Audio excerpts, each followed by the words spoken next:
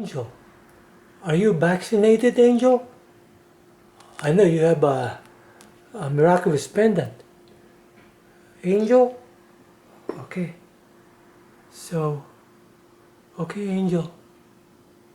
Almost What? 100 million people were tested for this, and the results will shock you. So, there was a lot of mistakes during the past few years. We heard it from experts like Dr. Anthony Fauci and billionaires like Bill Gates, people that steered the United States and the rest of the world to follow this common agenda. Vaccine hesitancy is now much higher compared to back then because studies have proven the harm that they've caused.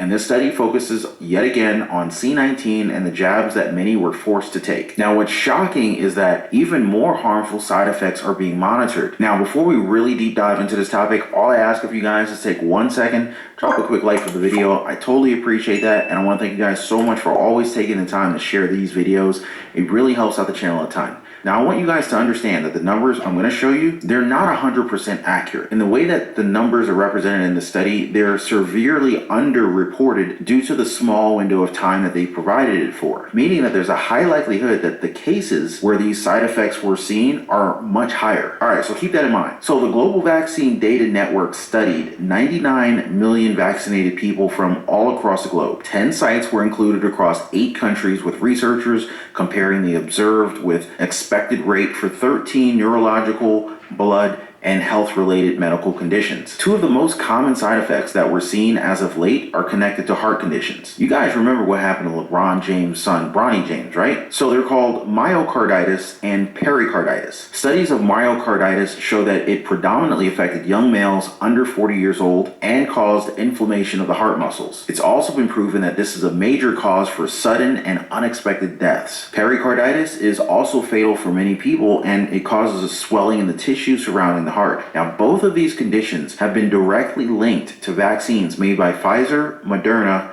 and AstraZeneca. The numbers show that there was a 3.74-fold increased risk when it came to getting these jabs. But some experts agree that the number is off the charts, meaning that the risk involved for these people were way too high just to risk it. But then again, billions of people across the world took the vaccines for their own reasons. Now, I understand that we all have the right to make our own decisions when it comes to our bodies. But the reality is that this is what the studies are showing us. The data that's being collected from almost 100 million people. And so this makes the margin of error that much smaller. And it's not just heart conditions here. They have now linked these jabs to some serious neurological side effects. This study has confirmed the correlation between a rare brain blood clot disorder and the AstraZeneca vaccine. So it's called the Guillain-Barré syndrome, and it can cause muscle weakness and possibly even paralysis. Now, we have to remember that this study focused on just a small sample if compared to the 13.5 billion doses that were administered globally. It also limited the study to just 42 days after getting these jabs. This means that they're seeing this disorder spiking within such a short amount of time within a much smaller number of people. That's alarming to say the least. That in turn could possibly mean that there are people out there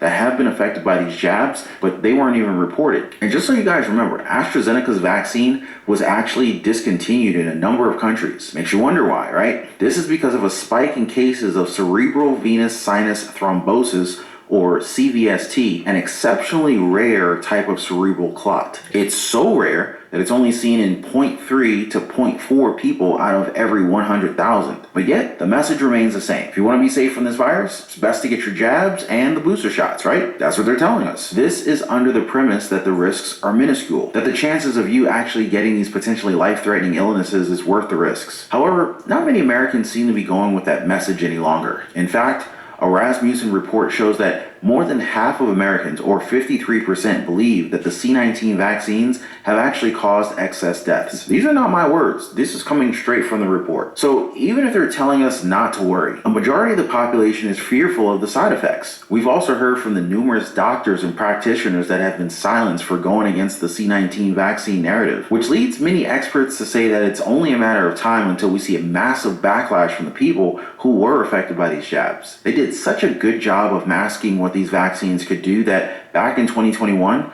a majority of Americans, or 62%, said that the benefits far outweighed the costs. Fast forward to 2024, and it looks like things have changed. But here's what they want you to hear. They want to tell you that some of this research lacks context. The context is that these health problems are rare. And even with the risks involved that could be fatal, researchers argue that there are benefits to these vaccines. The problem is that they weren't completely open to us about it. And so this reminds me of that surprise interview of Pfizer CEO Albert Bourla in Davos, where he couldn't answer even the simplest of questions. And for those who aren't aware, Davos is where the WEF, or the World Economic Forum, often has their meetings and gatherings for determining the direction of the world. So again, going back, Pfizer CEO Albert Bourla in Davos, he couldn't answer the simplest of questions.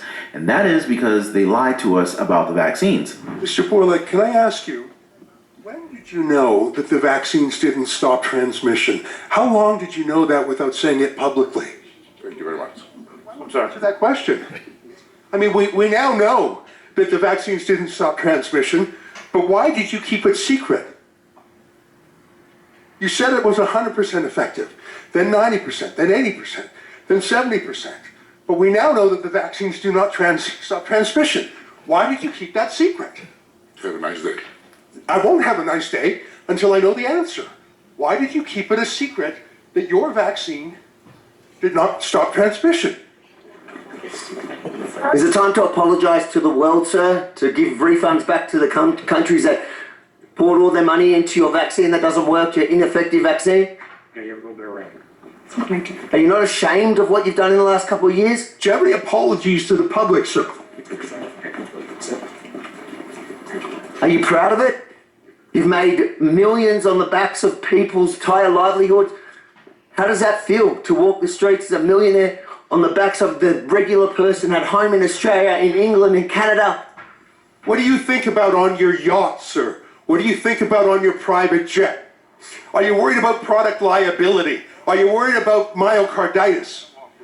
We were told that it was safe, but even the CDC couldn't keep that narrative that strong. Back in late 2022, the results of the V-Safe program was divulged to the public after the CDC faced a Freedom of Information Act lawsuit. This program recorded feedback from people who received the vaccines. 10 million people signed up and participated in this program. Out of that number, 782,913 people, or roughly 7.8%, reported having the need to go to either an emergency care clinic or an emergency room, or even hospitalization right after getting vaccinated. 25% of them reported that they couldn't even do normal activities after the jabs. Their argument was that there was no way to say that the vaccines caused these reactions, even though the jabs were probably the only thing foreign that these people introduced to their bodies. Now, if you guys remember, there's also been a lot of talk about a possible new disease, one that's supposedly going to be like 20 times worse than what we experienced with the C-19 virus. The question that many experts already have in mind is, where will this one come from? Will it be a known pathogen, or will it come from a lab? Now, I ask that because you and I are aware of how important Ukraine is to the United States. It's a country that American taxpayers have already sent billions of dollars to. It's also a country that has multiple biolabs that are funded by the United States. Russia has made the claim that there are bioweapons inside of Ukraine, something that they have to keep under wraps. This has been debunked by many experts. However, there are still critics who question why we're even funding gain of research anyway in the first place. Many suggest that these labs should be removed and that all the funding be frozen from now on. The fear is that Disease X is probably ready and it's just waiting for the right time. But what do you guys think? As far as I know, I'm going to continue to do my research and keep you guys up to date on everything that's going on around us and keep on bringing you guys the truth. And before I go, I want to thank you guys so much for liking these videos and sharing them, and I'll see you guys on the next one.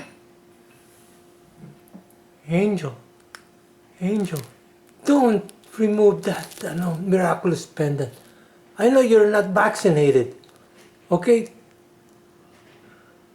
Okay. So don't remove your miraculous pendant. You're not vaccinated anyway. Okay? Okay. Okay. We'll watch the video. Okay?